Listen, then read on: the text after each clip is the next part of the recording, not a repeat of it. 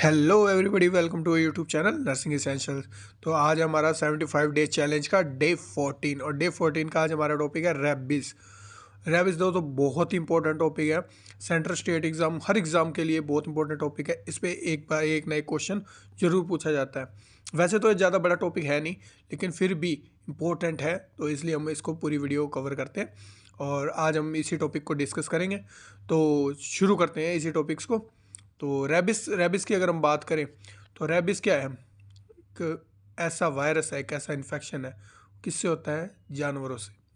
तो सबसे पहले हम इतनी तो बात आपको बता दी। तो अब डेफिनेशन अगर हम देखें इसकी, रेबिस की डेफिनेशन क्या होती है? Rabies is a viral disease that cause acute encephalitis in warm blooded animals. Rabies एक वायरल डिजीज है जो क्या कॉज करती है? Acute encephalitis in warm blooded animal. Viral disease है, कोज क्या करती है? Acute encephalitis. अभी पिछली वीडियो हमने जो बनाई थी वो एनसेफेलाइटिस पे बनाई थी, तो उसके अंदर हमने बताया भी। तो एनसेफेलाइटिस होता क्या है? जो ब्रेन होते हैं, ब्रेन के अंदर जो स्वेलिंग हो जाती है उससे क्या कहते हैं हम? एनसेफेलाइटिस। ठीक है, in warm blooded animal. Warm blooded, अब वार्म ब्लडेड के अंदर अगर बात करें तो दो अलग अलग तरह के ब्लडेड एनिमल्स होते हैं। एक तो होता है वार्म ब्लडेड, एक होता है कोल्ड ब्लडेड। अब जो वार्म ब्लडेड एनिमल्स होते हैं उनके अंदर कौन कौन से आ गए? डॉग आ गए, कैट आ गए, ह्यूमन आ गए, या जो भी आ गया, एलिफेंट आ गया, लॉयन आ गया, सारे किस में आ जाते हैं? वार्म ब्लडेड में। अगर हम कोल्ड ब्लडेड की बात करें, कोल्ड ब्लडेड के अंदर आते हैं इंसेक्ट्स आ जाते हैं, या फिर सांप हो गया, ये सब किस में आ जाते हैं? कोल्ड ब्लडेड में आ जाते हैं। तो ये तो था वार्म ब्लडेड कोल्ड ब्लडेड के बारे में। अब डेफिनेशन हमने देखी, एक वायरल डिजीज़ है ये, एक्यूट क्या कर देते हैं? इंसेफेलाइटिस कोज कर देते हैं, और ये क्या करते हैं? वार्म ब्लडेड एनिमल्स के अंदर कोज करते हैं। ठीक है, तो ये तो हो गई हमारी डेफिनेशन। अब रेबिस, अगला पॉइंट देखें तो rabies is a zoonotic disease. Rabies है जो क्या है? जूनोटिक डिजीज है, जो किससे होती है? जानवरों से होती है। That cause by a virus. एक अलग ही तरह का वायरस होता है कि इनमें जानवरों में, एनिमल्स में, जैसे डॉग है, कैट है, इनके अंदर एक ऐसा वायरस होता है जो क्या कोज करवाता है? रेबिस कोज करवाता है। Dogs are the source of 99% of human rabies death. जो ह्यूमन के अंदर 99% जो डेथ हो रही है रेबिस की वजह से, उसका मेन सोर्स कौन है? वो डॉग है। जो सबसे ज़्यादा डेथ हो रही है वो किसकी वजह से हो रही है? डॉग की वजह से हो रही है, क्योंकि सबसे ज़्यादा डॉग्स ही ऐसे जानवर है जो रेबिस का अभी जो कहते हैं सोर्स है इस टाइम सबसे बड़ा। तो आगे हम बात करें तो ये होता कैसे? इसका सोर्स ऑफ एनिमल्स में सोर्स कहाँ से है? Saliva of animal.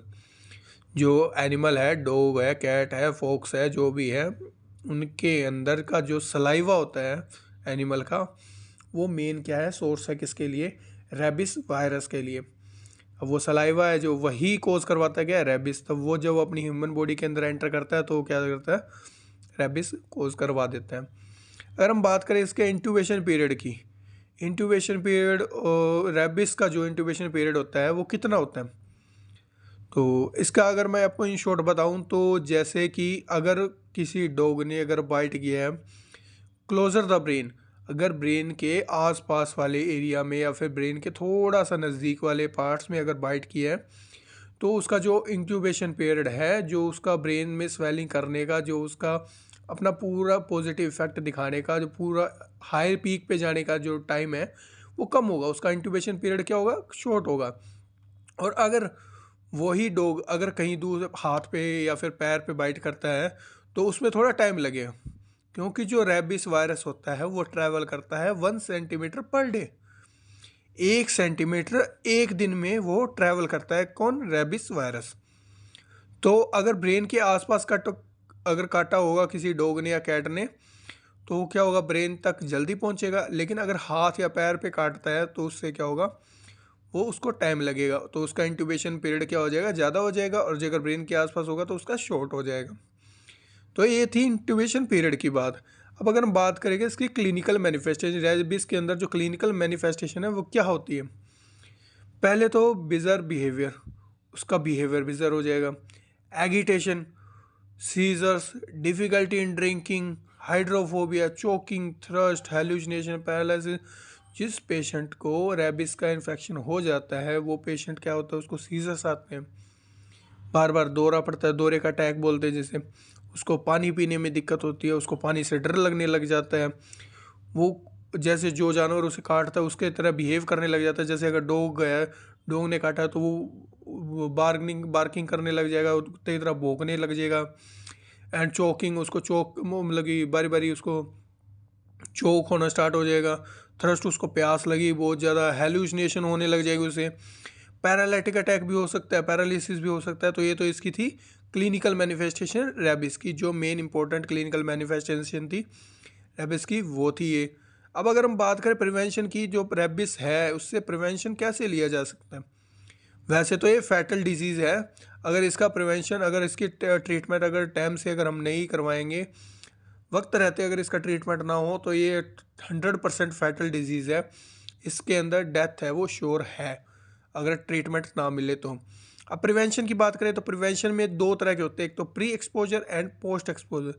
Pre exposure prophylaxis के अंदर क्या होता है, जब एक्सपोजर होने से पहले, किसी डॉग के कैट के बाइट करने से पहले हम उसकी जो तैयारी रखें, उसके लिए वैक्सीनेशन लेके रखें, या फिर उसके लिए पहले से जो हम तैयारी रखते हैं उसे हम बोलते हैं pre exposure. And post exposure की बात करें तो उसमें आ जाता है जब डॉग बाइट कर गया या फिर कोई कैट बाइट कर गई है, तो उसके बाद में हम जो ट्रीटमेंट लेते हैं, जो हम तैयारियां करते हैं, वो आ जाता है किसमें, पोस्ट एक्सपोजर में। तो ये थे हमारे प्री एंड पोस्ट एक्सपोजर। तो प्री एक्सपोजर के अंदर हमने क्या ही बताया था, वैक्सीनेशन। प्री एक्सपोजर में तो हम यही कर सकते हैं, प्रिवेंशन, वैक्सीनेशन करवा सकते हैं अपनी। और जो अगर अपने कोई घर में डॉग रख रहा है, कोई अगर पालतू डॉग रख रहा है, कैट रख रहा है, तो उसकी वैक्सीनेशन भी जरूर कराएं, अपनी प्लस डॉग की वैक्सीनेशन इज़ मस्ट कंपलसरी है। एंड पोस्ट एक्सपोजर की अगर हम बात करें, जब बाइट हो चुकी है, जब इन्फेक्शन एंटर कर चुका है, तो क्या होता है, provide to subject after rabies exposure and wound care. तब जब जहाँ पर भी, एक मैं आपको नॉर्मली जनरली बात बताऊँ, अगर डॉग बाइट कर जाए, डॉग या कैट कहीं भी किसी भी साइड पे अगर बाइट कर दे, तो उस साइड को पहले पानी से वॉश करना चाहिए, अच्छे से वॉश करके। अगर उसके अंदर से थोड़ा बहुत ब्लड बाहर आ रहा है तो निकलने देना चाहिए, क्योंकि अगर वो इन्फेक्शन जो सलाइवा डॉग का, कैट का जो भी अंदर गया है, तो वो धीरे धीरे बाहर आ जाएगा। अगर थोड़ा बहुत अगर ब्लड में गया तो वो ब्लड के थ्रू बाहर आने के भी चांसेस होते हैं, लेकिन ये 100% श्योर नहीं है। उसके बाद हम क्या करते हैं, वुंड केयर करते हैं, फिर रेबिस के लिए इम्यूनोग्लोबिन एंड वैक्सीन लेते हैं यहाँ जाते ही। जैसे आप भी डॉग बाइट के, तो हमें हाथों हाथ डॉक्टर, किसी भी नियर फिजिशियन के पास जाना चाहिए, और जो डॉग बाइट के लिए जो वैक्सीनेशन आती है रेबिस के लिए, वो लेनी चाहिए। नेक्स्ट, क्लीनिजिंग, जो वुंड हुआ है जहाँ पे बाइट के, उसको अच्छे से क्लीन रखना है। नेक्स्ट, केमिकल ट्रीटमेंट, वो जो ट्रीटमेंट वहाँ पे होगा वो करवाना है। सूचरिंग, अगर वो ज़्यादा बाइट अगर ज़्यादा होगी तो सूचरिंग भी। एंटी रेबिस जो डोज है वो भी लेनी है। एंटीबायोटिक्स और टिटनस एंड एंटीबायोटिक्स साथ में ज़रूर चलेंगे। ये एक सपोर्टिव ट्रीटमेंट होता है और ज़रूरी भी होता है।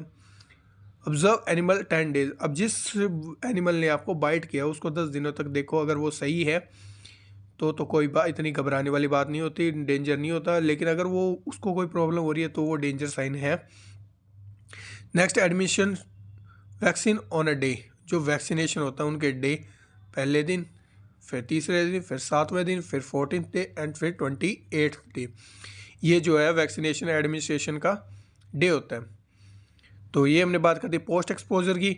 नेक्स्ट, अगर हम बात करें इसके ट्रीटमेंट की, तो ट्रीटमेंट की अगर हम बात करते हैं, जो पोस्ट एक्सपोजर ट्रीटमेंट होता है उसमें क्या होता है, लोकल वुंड ट्रीटमेंट, जो भी वुंड हुआ है उसका ट्रीटमेंट देना। Avoid suturing wounds. अगर वुंड अगर छोटा है, अगर वो हील हो सकता है अपने आप, तो उसके अंदर सूचर्स हम क्या करते हैं, अवॉइड करते हैं। डोंट अप्लाई क्रीम अप्लाई नहीं करते। एंटी माइक्रोबियल जो हम यूज़ करते हैं ड्रग वगैरह, वो हम पेशेंट को देंगे। एंड वैक्सीनेशन एडमिनिस्ट्रेशन, वैक्सीनेशन भी हम पेशेंट का जरूर करवाएंगे। जो हमने अभी पोस्ट एक्सपोज प्रोफिलैक्सिस के अंदर बात करी, वही सारी इसी में आ जाती है। नेक्स्ट, अगर हम मैनेजमेंट की बात करें तो मैनेजमेंट ऑफ रेबिस के अंदर क्या हो सकता है, हमें मेडिकेशन प्रोवाइड करनी है, उसको सपोर्टिव केयर प्रोवाइड करनी है, इन्फेक्शन कंट्रोल के लिए, एंड डिस्पोजेबल डेड बॉडीज़ जो डेड हो रही है बॉडीज़, तो उनको भी डिस्पोजल अच्छे से किया जाए ताकि आगे इन्फेक्शन फैले ना। तो ये था हमारा आज का टॉपिक, जिसके अंदर हमने डिस्कस किया डेफिनेशन रेबिस की, देन हमने की सोर्स ऑफ रेबिस, फिर उसका इंट्यूबेशन पीरियड, फिर हमने की क्लिनिकल मैनिफेस्टेशन, फिर हमने किया प्रिवेंशन ऑफ रेबीज़, फिर हमने pre exposure and post exposure की भी बात की, फिर हमने डिस्कस कर लिया ट्रीटमेंट भी, फिर हमने किए मैनेजमेंट। तो ये था हमारा आज का टॉपिक, और इसी टॉपिक के लास्ट में मैं आपको 5 क्वेश्चंस दूंगा। अगर आपको वीडियो अच्छे से देखी है अगर आपने, तो वो 5 क्वेश्चन आप डैम श्योर आप कर पाओगे, और आंसर अपने कमेंट बॉक्स में ज़रूर देने। और अगर वीडियो अच्छी लगी हो तो लाइक करें, कमेंट करें, शेयर करें, सब्सक्राइब करें और हमारा साथ बनाए रखें। और आज की वीडियो को हम ये विराम देते हैं। तो जय श्री राम, जय महाकाल।